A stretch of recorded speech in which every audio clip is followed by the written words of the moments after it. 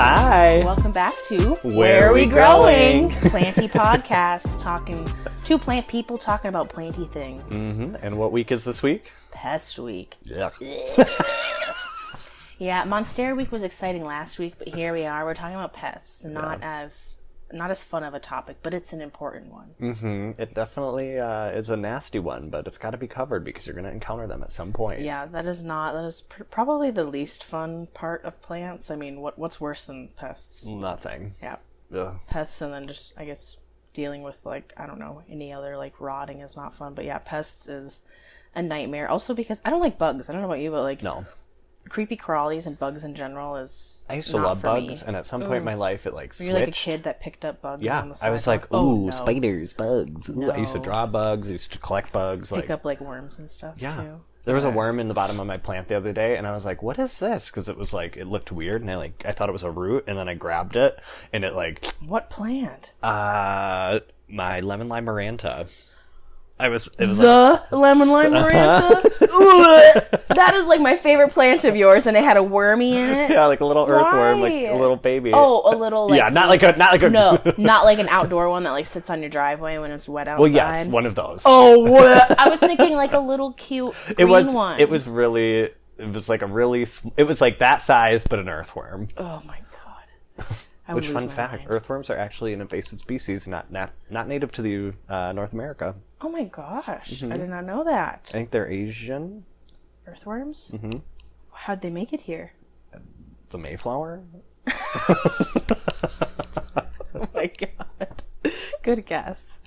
Well, you've had a lot of pest problems recently, so do you want to tell us what plants have been putting you through the ringer and what's been going on? Because it all kind of erupted after we talked about pests last time, which was on New Plant Parent Week. So yeah, that was a bad omen. I think that's when I think you found your pearls problem that day. So my pearls are almost kaput because they had the largest scale infestation known to man. And they had them from the time I bought it. Yeah, and this was your variegated pearls, that you got a very good deal on. Amazing, long, I didn't realize, because there was so much scale, you couldn't see them individually. So I just thought that's just how it was. I was like, oh yeah, it has weird orange stems. It's fine. No, it's not fine. So I had scale on that. All my calatheas decided to have mealybugs central. Oh my god, yeah, the picture you sent me was that one single mealybug was gnarly. Yeah, it was about as classic mealy as you could get. I've had spider mites a lot recently on my rubber plants. Kaya just knocked my bag down on herself. Speaking of, literally right before we started the podcast, you were telling me about how Cece was playing with your, what do you call that? Your bag? I don't call know. My purse, yeah. Your purse, your merce. And pulled it down on herself, and it fell on her head, and my cat just did that exact thing. So you deserve it, probably. Anyways. Yeah, also, when you were talking about your pearls, I can't help but think about when you were squishing them with your hands. You were literally squishing the scale with your fingers. They're like poppin' zits. Not normal. It's because they don't move around that it doesn't gross me out. If they scuttled, couldn't never, I would have thrown it away. Mm-hmm. Oh yeah, the jumping things was not your... Mm-hmm. Yeah, I have, what are those silver... Springtails? Springtails. Yeah, They're apparently good, but they gross me out because they jump. Oh, they're like fleas. Little baby tiny fleas. You've got them in there. They could jump out at any moment. Keep that lid on that terrarium. Yes, they are in my terrarium. Well, I don't know. What happens when there's fungus gnats and springtails together? I don't think anything. Springtails just eat, decaying debris. Yeah, because I have quite a few... I think that this is a fungus gnat breeding ground because I'm trying to handle this fungus gnat problem in my apartment, and this really nice, moist terrarium in there is probably not, doing any good for me. Well, You just keep the lid on. They can have their own little habitat. Oh, yucky. Yeah, and like just for clarification, gnats generally they don't do anything like to your plant per se. They're just annoying. There. They're just there. They're in the soil. Like I don't even really consider fungus gnats a pest. I just feel like It's they're a more part of plant care. Yeah. Yeah. If you like haven't had gnats around, I'm assuming you're just very new to plants. Yeah, when people post on like Facebook groups and they're like, "Oh my God, why are there all these little flies everywhere? It's gonna kill my plants." I'm like, no. Welcome to Plant Parenthood. It's all TBT. over the place. Oh my gosh, pretty awful. I don't want to jinx myself, but I don't know what pest problems have I had recently. I did find like a little thrips for the first time on a newer plant, but that's handled, and I just graduated it to hanging out with my healthy plants again, so hopefully that was Did not you have a big any mistake. issues after you found the first one? No, I put it in a box though and didn't do anything about it, which obviously like doesn't help. And then I saw some more movement and kept it in the box, and then it got treated and repotted, and she's been quarantining, and I've been inspecting, haven't seen anything, so hopefully we're fine. But yeah, like I said, there's gnats everywhere. I did have mealies like at the end of last year, but as of late, I don't think I've had any other pests this season yet. It's usually bad for me over winter. You know? Yeah. It's when they come out. When they come out to play. Icky ick. Well, do we want to talk about our very first pest? We may have touched on this before, but what was your very first pest? My very first pest was actually not even on my plants. It was on my my previous roommate's plants. All of a sudden, they had like crazy spider mites. It was a croton, big one, like 3 foot tall. Actually, like a very pretty one, and then a barrel cactus. And they both like.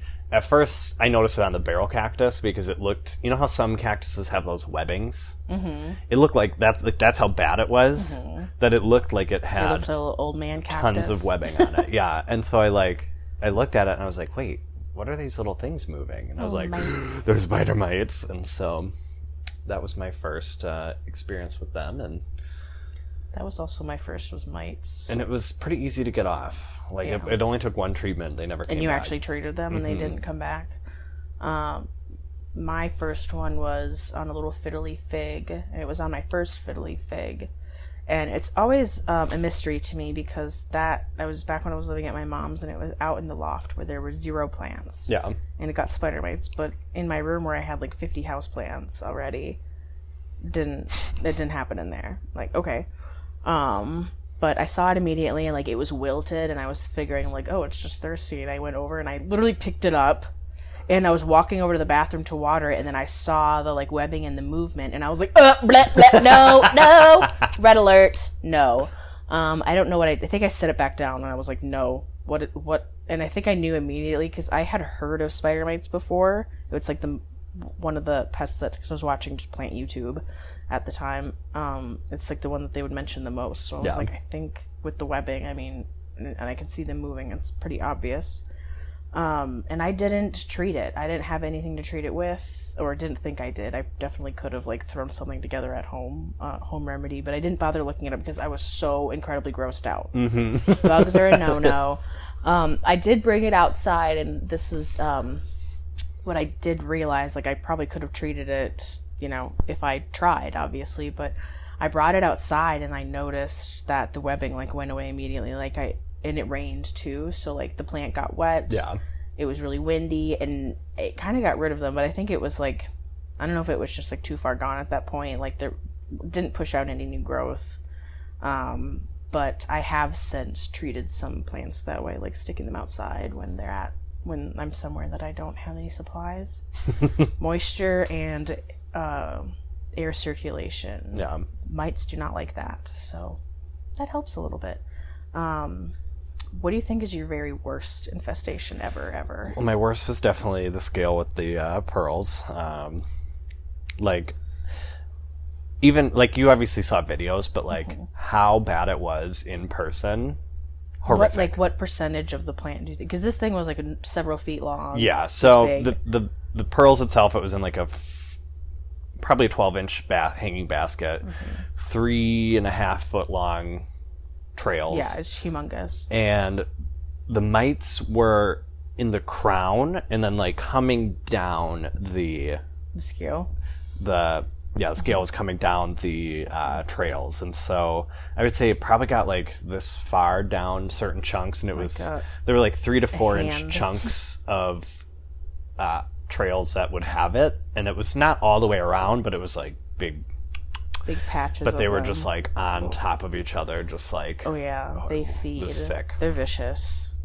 Scale is horrible. I feel like scale was my worst infestation too, because I've had it on many things.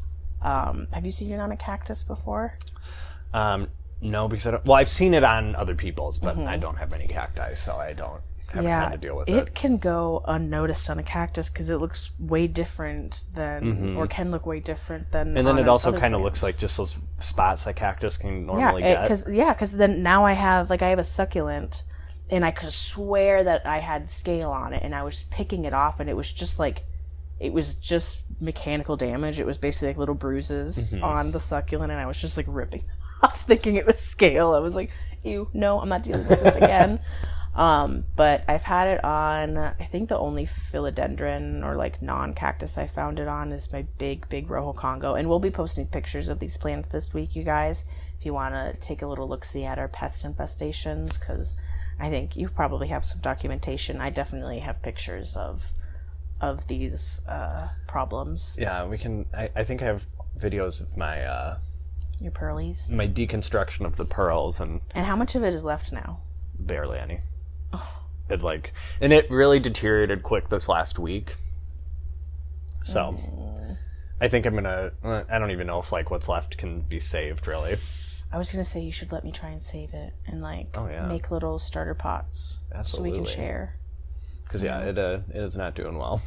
I think there's a couple of strands that are fine, but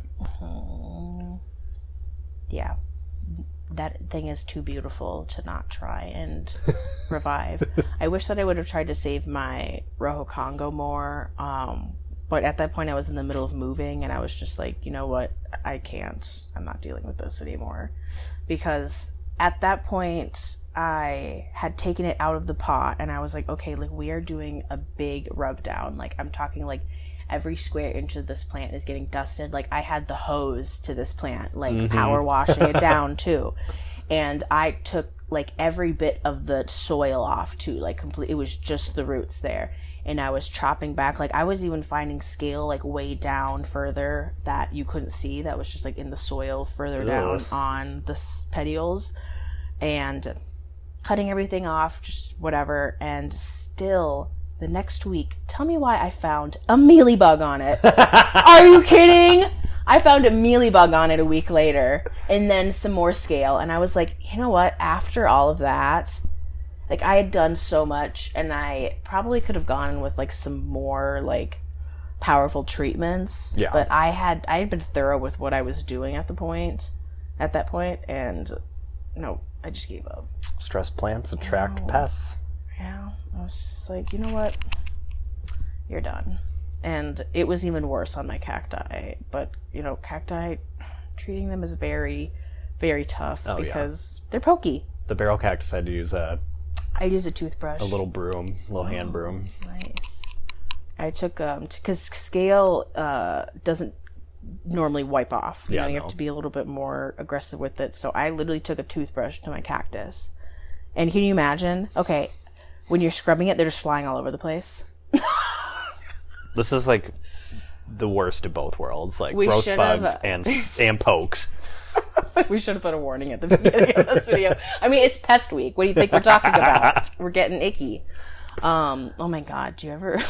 This is horrible. My cat is going to the bathroom right now, and I don't know. She was in her litter box, and when she's staring straight ahead, I know that she's in the middle of it, and it's just funny to me. Because usually... In case you guys thought pests were gross, now talking about cat poop. Cat poop. Because people stare at their dogs while they're going to the bathroom in broad daylight. Like when I have to walk Beckett, I'm like, I'm just like, I'm not here. Give him some privacy. I don't want to see it. I don't want to smell it. And the fact that I have to pick it up, oh my God. Like, we grew up in the country, so they just went up wherever. You're like, okay. And now in the city, you have to, like, pick it up. Sick. Oh. Oh my God. Yeah, I don't know. I just think it's funny when I catch my cat just staring off, and I know that she's in the zone. Where were we? Being gross. But yeah, I was scrubbing my cactus, and I definitely wasn't thorough enough with it, because, I mean, they're tiny little white dots. I'll be posting pictures of this on our Instagram for your viewing pleasure. Yeah. And Nicole's got some good pest pics. Oh, I do have some good pests. That's the thing, and I've said this before. Take pictures of your pests, share them. We need to see. It genuinely helps other plant parents know what to look for. Yeah. Because more often than not, people think that something's a pest when it's not, and then they don't notice the actual pest. Mm-hmm. That's like, it's always flip-flop. How is that? Because plants just have little quirks, and you're like, what is this? Because I feel like you notice, like, if a weird random spot, or if it, like one of my anthuriums has, like, it's a little bit yellowing on top, and I'm like, what is that? But then I have pests just destroying a plant, and I'm like, la-di-da. You're like, okay, normal. You're like, oh, those are my friends. Yeah. Pests are just here not paying rent. Literally. Living here rent-free, sucking on our plants. Also, side note, speaking of pests, it's so gross to me that, like, the human body, we just have parasites in us that we just don't know about. Don't say that. Like, every human has parasites in them. That's sick. It just is sick to me. Stop. You're going to start talking about the face mites now, too. Yes, we have face mites. They're like spider mites. They just live in your pores. Yeah, now we're getting into some skin. people pests. We love people pests. We literally just spent a year hiding from a person pest. The panorama. Oh my God. Well, let's discuss some things that we do or what other people can do, because there's some things that we can do but we don't do, because, you know, Planned Parenthood looks different to everybody. But preventative measures that you can take, just like in your practice of Planned Parenthood. What do I do? Very little. What should you do? A lot. A lot. But don't feel bad if you have a plant that goes unnoticed and then just there's a pest out of nowhere. Please do not be sitting there like, I'm such a bad plant parent. No, you are not. It happens to literally everyone. It happens to every single person. And it, by the way, and I'm calling people out now, I'm speaking directly to the people that have this attitude of like, I've never had a pest. I don't get past that. There's even like people that have like a plant counter. Like, I've only killed 2 plants. Like, it's just like, here's how many plants I had. I've only killed 2 plants. Like, shut up. Shut up. Because either you're a brand new plant parent and you're like making it seem like you're not a brand new plant parent and you want people to think that, you know, you have all these pests, this pest-free like plant life. No. And those attitudes also like ruin everyone else's time and make people feel worse about their pests, which are completely normal, and you shouldn't make people feel bad about having pests. Because they're there's my rant. They're just they're commonplace. Like, they're gonna happen. Normal, there's no, especially when they're stressful, but there's yeah. like don't be stressed for no reason. Honestly, with the amount of plants we have, it's like a miracle there's not more pests. Same. I don't know how it happens, but anyways. One of the best things you can do while you're, just bonding with your plants is giving them a little inspection, paying attention to like what your plant looks like was that, so you can easily tell, was that there before or not? Make sure you look under the leaves, you guys. So many pest problems start under the leaves. Little like eggs gathering in the middle, That's where the webbing starts for spider mites. Yeah, like you will like often notice their webbing like on the underside before it starts engulfing the entire plant. So be flipping your leaves over, even if you don't have much time to inspect your whole plant. Just like walk around, flip over a couple leaves. Like it's not going to do you any harm. Unless, then you find a pest and it ruins your whole day.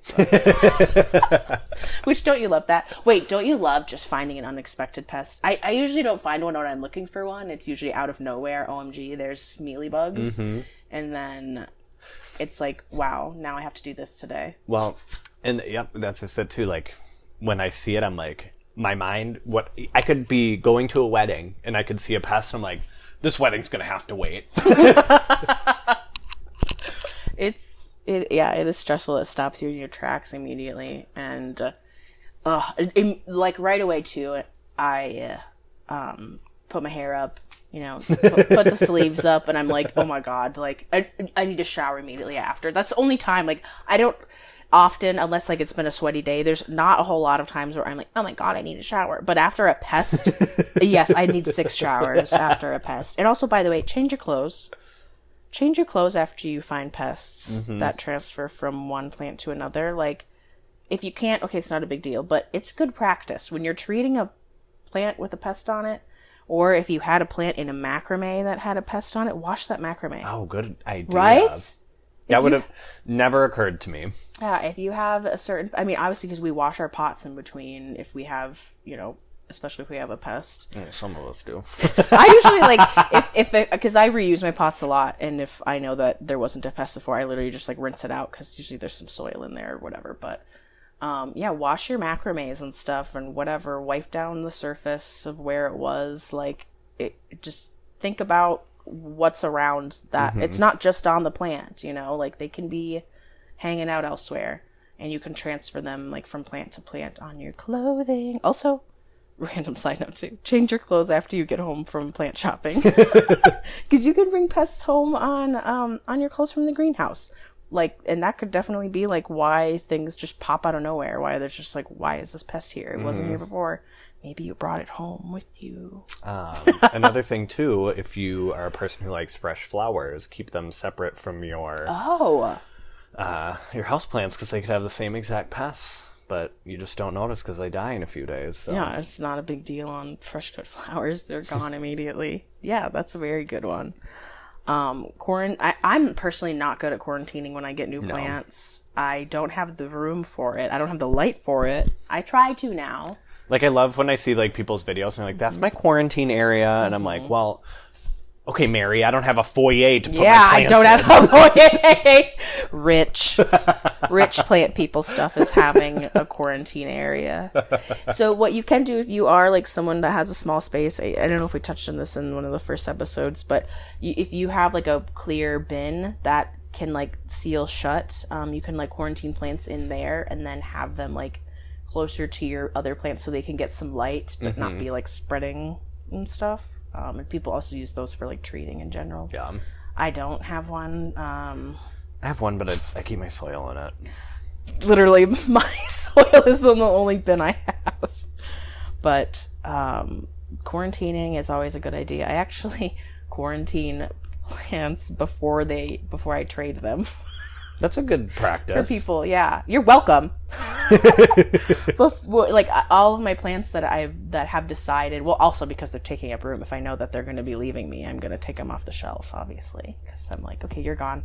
But I do bring them aside, and especially because I've been having gnats around here, I've been, like, treating the soil and stuff, and yeah, I have a little spot that I put plants that are about to go to new homes. Yeah, so that's fun for me.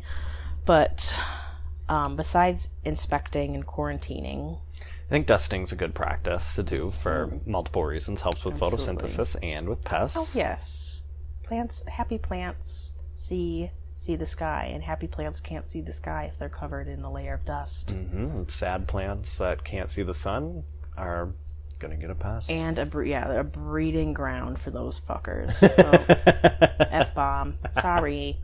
Rated R, this one. Apple hasn't flagged us yet, so. Okay, shout out Apple. Always giving us problems. We haven't had that one yet, though. But I do dusting when I water a lot of things. I know a lot of people, especially with, alocasias, if you're someone that has to keep on top of a plant that is known for getting pests. By the way, if you are, like, unfamiliar with some of your plants, go figure out if those are pest magnets or not. Figure out what kind of pests they attract so that you can better, like, be on the lookout for it and prevent it. But dusting your alocasias, like when you water them, I think is a really good practice. Yeah. Because then you don't have to worry about doing it in between. You just like get it done 2 in 1. Yeah, it makes it super easy. I like to dust, I would say, well, I'm really lazy and I tend to not do this as much as I should. What I would like to do is like dust like twice a month, and then like every other time I'll use like a neem oil spray when I dust them for preventative pest control. But Yes, even like, yeah, even wiping off the dust with no treatment is helpful. But yeah, using something like neem oil as a preventative is really great, and I've been doing that a lot, like especially with like people like you and other plant shops that have like pre-mixed sprays. It's so nice because I wasn't using neem oil nearly as much before because it was always such a chore to take it out and mix it. Yeah. But now that I have them in sprays, like I haven't had mites in so long, and I feel like it's because I just am so comfortable regularly like spraying them down. It's so easy. And a lot of times, like, if you have the right spray, you don't even need to dust. Like, you don't even have to wipe it off. You can just kind of spray it, give it a mist. And I often, like, so take it to the sink and spray it down, and usually it's, like, dripping. And then sometimes I'll go and like, spray water over that, so it's kind of like a little car wash for the plants. I really out here just, like... plant wash. Yes.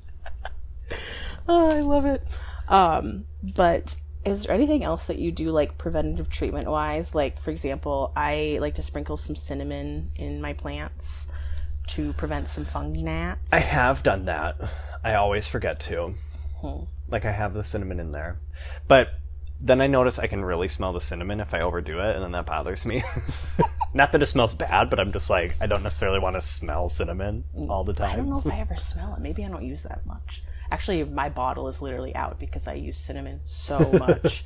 And probably that's why my gnats are so bad right now, because I haven't used cinnamon in so long. It's been a very long time since Well, I've another sprinkled preventative, cinnamon. diatomaceous earth. I just brought you some. There you go. Diatomaceous earth. So when you have it just on its own, because you have it mixed into your soil from Monstera Plant Co. So when you use it on its own, how do you use it? So, it has, I got a duster bottle. Okay. So, like, it doesn't come in that, which is... Yeah. Well, I guess 90% of the time you're not using diatomaceous earth for plants. You're using it for, like, food or, like, animal food, and I don't know, just, like, people aren't putting it on their plants. So it comes in a bag, and you have to put it in that little spray bottle, and then it's like a puffer. You're like, whoo, whoo, and you use that bottle to kind of just spray it on top of the soil. And I like to do it after I've watered. So then, because when you get diatomaceous earth wet, it's not active while it's wet. It will reactivate because it's a hexagon shape, and so it will reactivate once it's dry. Yes, and then it'll shred the bugs as it goes through. And another way you can do it is you can mix it with water, spray your plants, and then let it die, because then it'll stick to the plant once the water evaporates, and then any creepy crawlies will get sliced. Oh my gosh. Scary. Very violent. Yeah. But yeah, But you don't want to breathe it in, because Oh. you could get silica poisoning and ruin your my ruin your lungs for life. Speaking of lungs, I don't know if you saw this TikTok. You know the, like, I don't know who posted this. I don't know if it was Partly Sunny Projects or someone else, but you know the cacti that have the pricklies that come off really easily? Yes, it was Partly Sunny Project. Oh my god. Would she say that someone, like, had them in their greenhouse, they turned on their fans, I can't and even, then people breathed in the prickles and got... I can't even imagine. What did she say that they got in their lungs? Like, They just got stuck in their lungs. like, but yeah, she... all those prickles, like, I don't know what term she used. Yeah, like, they were just stuck on the inside of their lungs. Yeah. Like, how would that be treated? Literally, yeah. I'm like, what do you do? Like, what is the hospital going to do? Oh my Like, I've had them God. stuck in my hands. Yeah, and that's and a it's nightmare. a nightmare. Like, new fear unlocked. Okay, what? Okay, I'm wearing a mask all the time. When I poured that in that bottle, some of it fell in the yard, and yesterday I was No, I was gonna say snow blowing. yard blower. What are the Leaf leaf blowing. blower? I was leaf blowing, and it like went, and it wasn't that much. It was only like a little bit, and it just went up in a huge cloud, and I was like, Oh my god. Dangerous. Very, very dangerous. Scary. Very scary. Well, I think that about wraps it up for our Part one for Pest. We were like, we already talked about pests. What are we going to talk about? Yes, on Thursday we will be back talking about some nice resources, talking more about like pests specifically and treatments of those pests. Yes. So yeah, and then we'll talk about, I don't know, easiest pest, worst pest to get, just other pest things. Yum.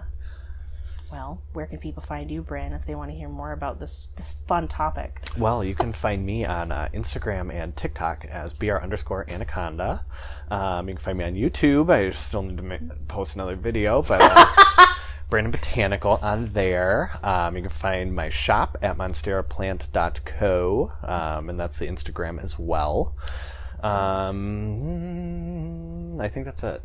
Right? You know, we always we keep adding on things and we're like, Where could they find you? You could find me on TikTok at Nicole Larson with an extra N at the end, and then my Instagram is Nicole, Nayyycole, and then in my link tree now, you guys can actually book me for... I did see that the other day because I put your Patreon in the official podcast description, and then I was like, I don't know what this is yet, but I was like, I'm sure I'll... Yeah, you guys can book like plant care consultations. It's just been really hard for me to get to DMs. Like I have over 100 people waiting in my DM requests right now on Instagram, and it stresses me out. But I have my Patreon where people talk to me monthly, and like do a monthly video chat. But if you only want to talk to me one time, just want to see my face once, or you just have a few questions, I do have like a 15-minute or 30-minute consult option in my link tree, so you can go check that out in my Instagram or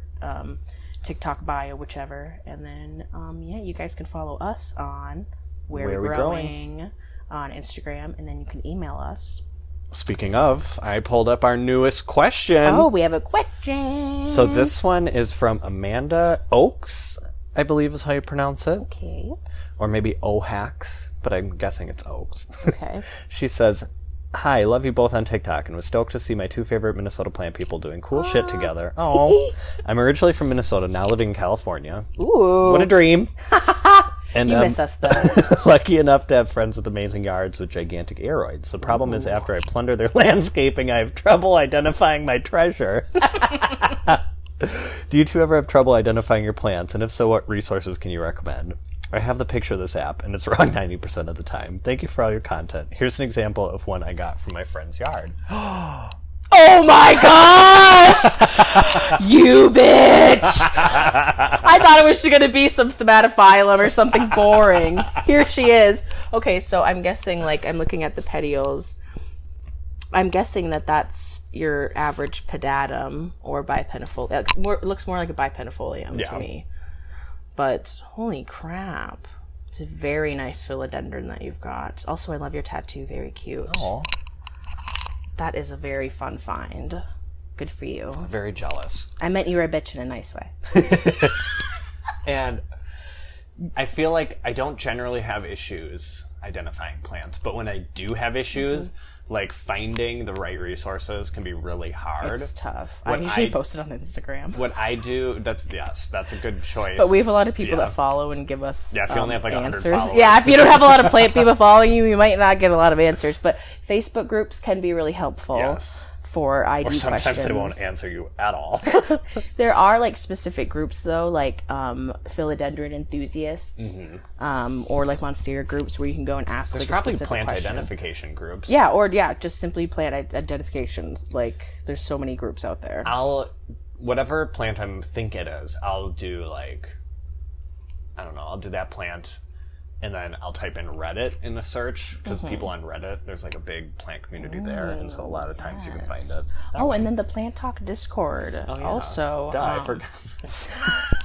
If you guys are like on Plant Talk or like love watching Plant Talk, you don't even have to have an account to join the Plant Talk Discord. Or the Facebook group. Yeah, or Facebook group. You can do that as well.